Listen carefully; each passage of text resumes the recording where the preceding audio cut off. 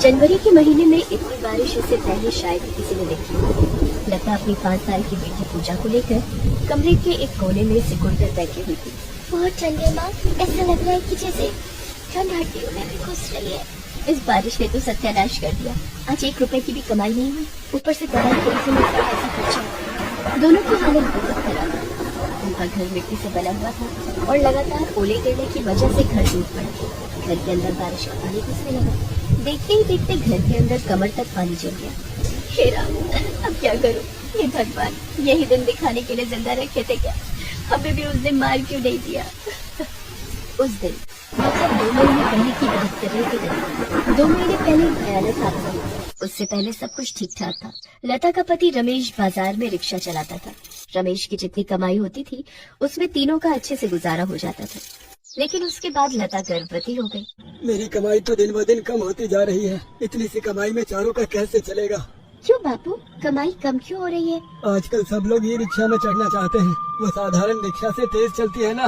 सोच रहा हूँ कि मैं भी एक ई रिक्शा खरीद लूँ। लेकिन पैसे कहाँ से आएंगे? उधार लूंगा। वैसे भी कुछ दिनों के बाद कोई साधारण रिक्शा में बैठेगा ही नहीं। रमेश ने महाजन से ई रिक्शा खरीदने के लिए 50,000 रुपए उधार ले लिए और उसके बाद उसकी कमाई दुगनी हो गई। लेकिन वो कहते हैं ना, किसी किसी इंसान के नसीब में सुख ज्यादा दिन नहीं टिकता है। एक शाम को रमेश ने लता से कहा, लता चलना, मेले से घूम कर आते हैं। कितने दिन हो गए हम कहीं घूमने नहीं गए। लता और पूजा मेले में जाने के लिए तैयार हो गए।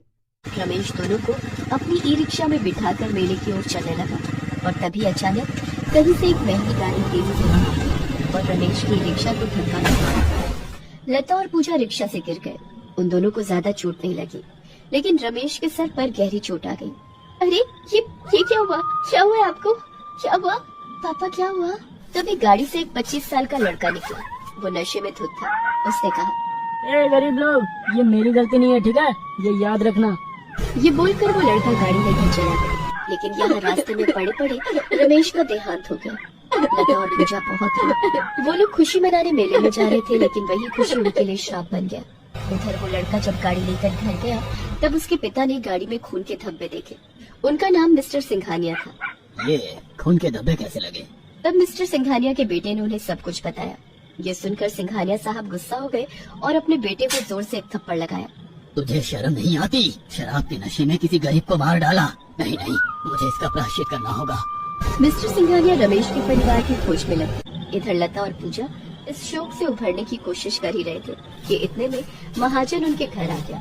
अरे आप यहाँ कैसे आना हुआ? कैसे आना हुआ मतलब? तेरे पति ने 50,000 रुपए उधार लिए थे, वो कौन चुकाएगा? चल पैसे निकाल। थोड़ा तो समझने की कोशिश कीजिए साहब, हम अभी कहाँ से लाएंगे पैसे? वो मुझे क्या पता, मैं तुझे 1 महीने का समय देता हूँ। पैसे नहीं देगी तो जान से हाथ धो बैठेगी। महाजन चला गया। लता ने गुल्लक निकाल कर देखा कि उसमें कुछ 50 रुपए ही पड़े थे। इसमें तो हमारे खाने के भी पैसे नहीं है, मतलब 50,000 रुपए मैं कहाँ से लाऊंगी? लता सोच में पड़ गई। अगले दिन वो ई रिक्शा लेकर रास्ते पर निकल गई। आपको कहाँ जाना है मालिक? मुझे ऑफिस जाना है। और कहाँ? आइए मैं छोड़ देती हूँ, 50 रुपए दे देना। पागल है क्या? तू औरत है और ऊपर से गर्भवती भी। जा भाग यहाँ से, मेरा टाइम खराब मत कर। लता को हर एक आदमी से रिजेक्शन मिला। पहले दिन लता की 1 रुपए की भी कमाई नहीं हुई। कोई बात नहीं माँ, धीरे धीरे होगा। आज हम दोनों पानी पीकर सो जाते हैं। दोनों पानी पीकर सो गए। फिर कुछ दिन ऐसे बीते। लता के ई रिक्शा में हर रोज 1-2 करके पैसेंजर बढ़ने लगे। 1 हफ्ते बाद महाजन फिर से आया। क्या रे, पैसों का इंतजाम हो रहा है ना? हाँ मालिक, मैं पूरी कोशिश कर रही हूँ। सिर्फ कोशिश से नहीं होगा, मुझे रिजल्ट चाहिए, रिजल्ट। लता को डरा धमकाकर महाजन चला गया। रात को बहुत ज्यादा ठंड पड़ गई। उन दोनों के पास एक पतली सी रजाई थी। उसी को लपेट कर वो दोनों सो गए। लेकिन वो रजाई भी फटी हुई थी। इसीलिए पूजा ने लता से कहा, माँ इस रजाई में बहुत ठंड लगती है, क्या आप एक नई रजाई खरीद कर लाएंगी? ठीक है बेटी, मैं लाऊंगी। लता ई रिक्शा लेकर रास्ते पर निकल गई। लेकिन तभी अचानक से बारिश आ गई। ठंड के मौसम में बारिश ज्यादातर नहीं देखी जाती। बारिश आने की वजह से लोग रास्ते से हट गए। रास्ता सुनसान हो गया। ई रिक्शे में बैठकर लता भीगती रही। अरे बारिश की वजह से सभी घर चले गए। अब मेरी कमाई कैसे होगी और रजाई भी कैसे खरीदूंगी? कुछ देर इंतजार करके लता भी घर लौट गई और तभी और जोर से बारिश आ गई। जोर जोर से बिजली कड़कने लगी। मुझे डर गई और लता का हाथ पकड़कर कमरे के कोने में बैठ गई। वो दोनों ठंड से सिकुड़ गए और तभी बारिश के साथ साथ ओले गिरने लगे। और उसकी वजह से उनका मिट्टी से बना हुआ घर टूट पड़ा। कमरे में कमर तक पानी आ गया। बेटी, अब यहाँ रहकर कोई फायदा नहीं, घर तो रहा नहीं, चल बेटी रिक्शे में चल। पूजा रिक्शे में बैठ गई और लता रिक्शा चलाने लगी। बारिश बड़ी तेजी से बढ़ने लगी और उसके साथ साथ ढेर सारे ओले भी गिरने लगे। 2-3 छोटे ओले तो पूजा के सिर पर गिर गए और उसकी वजह से उसका सिर आलू की तरफ खुल गया। उन दोनों के पास अभी जाने की कोई जगह नहीं थी। पूजा और लता दोनों रो पड़ी। माँ, क्या हम मर जाएंगे माँ? इतनी ठंड में बारिश से बचने के लिए भी हमारे पास कुछ नहीं है। पता नहीं बेटी, अब सब कुछ भगवान के भरोसे है। इतना एक और मुसीबत आ गई। लता को लेकर पेन शुरू हो गया। वो दर्द से तड़पने लगा।